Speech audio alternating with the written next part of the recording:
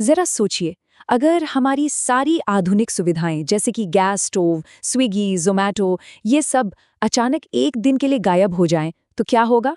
आज हम एक ऐसे ही परिवार की कहानी में चल रहे हैं जिनके साथ ठीक यही हुआ और उनकी पूरी दुनिया ही पलट गई। अरे, ये तो वही सवाल है ना जो हम में से कई लोग लगभग हर रोज सोचते हैं।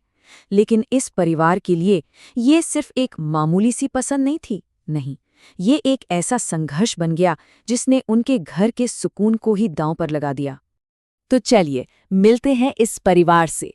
एक ही छत के नीचे दो बिल्कुल अलग अलग दुनियाएं बसती हैं। एक तरफ है घर के बड़े, जिन्हें अपनी जड़ों से, अपनी परंपराओं से प्यार है, और दूसरी तरफ है युवा पीढ़ी, जिसे रफ्तार और सहूलियत की कुछ ऐसी आदत पड़ चुकी है कि उसके बिना जिंदगी की कल्पना करना भी मुश्किल है। और यहीं से घर में असली कश्मकश शुरू होती है। देखिए, ये सिर्फ स्वाद की लड़ाई नहीं है, ये तो जीने के दो अलग अलग तरीकों का टकराव है। एक तरीका जो परंपरा में डूबा है, और दूसरा जो आधुनिकता की सहूलियत में पूरी तरह से खो चुका है। ये आवाज़ है आज की पीढ़ी की सूझ की। उनके लिए सुविधा और तुरंत मिलने वाला स्वाद ही मानो सब कुछ है। घर के पराठों से कहीं ज्यादा आकर्षक एक बड़ा सा बर्गर लगता है। और इसके ठीक उलट सुनिए दादाजी को, उनके लिए खाना सिर्फ पेट भरने का जरिया नहीं था। अरे नहीं, ये तो एक अनुभव था, अपनों के साथ साझा किया जाने वाला एक उत्सव था जिसका कोई मुकाबला ही नहीं हो सकता। जिंदगी अपनी रफ्तार से चल रही थी, सब कुछ एकदम आरामदायक था, लेकिन कहते हैं ना, बड़े तूफानों से पहले अक्सर गहरी शांति होती है। और ये परिवार एक ऐसे ही तूफान का सामना करने वाला था जो इनकी दुनिया को हमेशा हमेशा के लिए बदल देगा। और फिर संकट की घंटी बजती है। एक बेहद मामूली सी बात से रसोई का गैस सिलेंडर खाली हो जाता है। ये उस पहली डोमिनो की तरह था जिसके गिरते ही पूरी की पूरी व्यवस्था ढहने वाली थी। लेकिन बात तब बिगड़ जाती है जब पता चलता है कि इसका आसान सा समाधान भी मौजूद नहीं है। बेटा पूरा बाजार छान मारता है, पर हर जगह से एक ही जवाब मिलता है, गैस नहीं है। और तभी बीच में आते हैं दादाजी अपने ज्ञान के भंडार के साथ। उनके हिसाब से ये सिर्फ एक घरेलू समस्या नहीं थी, ये तो एक वैश्विक संकट था जिसका असर अब उनके किचन तक पहुंच चुका था।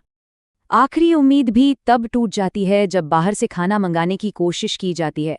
ऐप्स पर सन्नाटा है, सारे रेस्टोरेंट बंद है, और बस सारे रास्ते बंद। न घर में गैस, न बाहर से खाना, न कोई उम्मीद।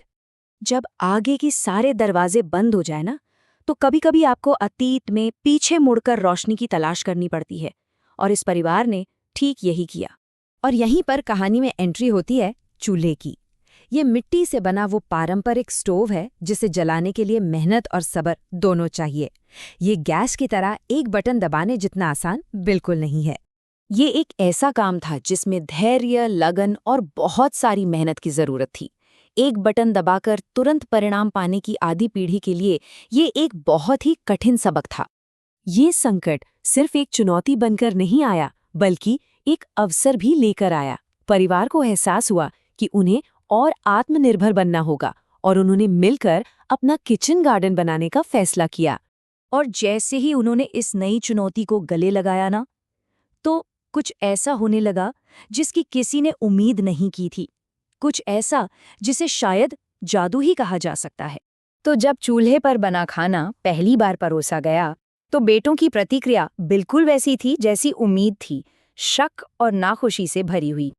लेकिन फिर उसने पहला निवाला लिया, और बस उस एक पल में, उस एक जायके में सब कुछ बदल गया। उसकी आंखों में हैरानी थी और जुबान पर वो स्वाद जो उसने पहले कभी नहीं चखा था। ये सिर्फ भोजन के बारे में नहीं था, ये रिश्तों के बारे में था, एक दूसरे से जुड़ने के बारे में था, और छोटी छोटी चीजों में खुशी खोजने के बारे में था। पिता और बेटे बगीचे में काम करते हुए करीब आए, पूरा परिवार एक साथ हंसने बोलने लगा, और दादाजी की चाय की तलब भी काम में व्यस्त रहने से कम हो गई। लेकिन इस कहानी में अभी एक और मोड़ बाकी है, एक ऐसा राज जो इस पूरी घटना पर एक नई रोशनी डालेगा और सब कुछ बदल कर रख देगा। और आखिर में पिता ने सच बताया। गैस की कोई कमी नहीं थी। ये सब उनकी एक योजना थी, एक हताश पिता की अपने बच्चों को जड़ों से जोड़ने की, उन्हें मेहनत और घर के खाने का मूल्य सिखाने की एक कोशिश। तो इस एक छोटे से नाटक ने परिवार को कैसे बदल दिया? वो जो बाहर के खाने पर निर्भर थे, अब घर के खाने की कद्र करने लगे। जो फोन में खोए रहते थे, अब एक साथ काम करने लगे। और सबसे जरूरी, जो रिश्ते दूर हो गए थे, वे फिर से जुड़ गए। माँ के ये शब्द इस कहानी का सार हैं। जिसे वे एक आपदा समझ रहे थे, असल में वो एक आशीर्वाद बनकर आई, जिसने उनके परिवार को फिर से एक कर दिया।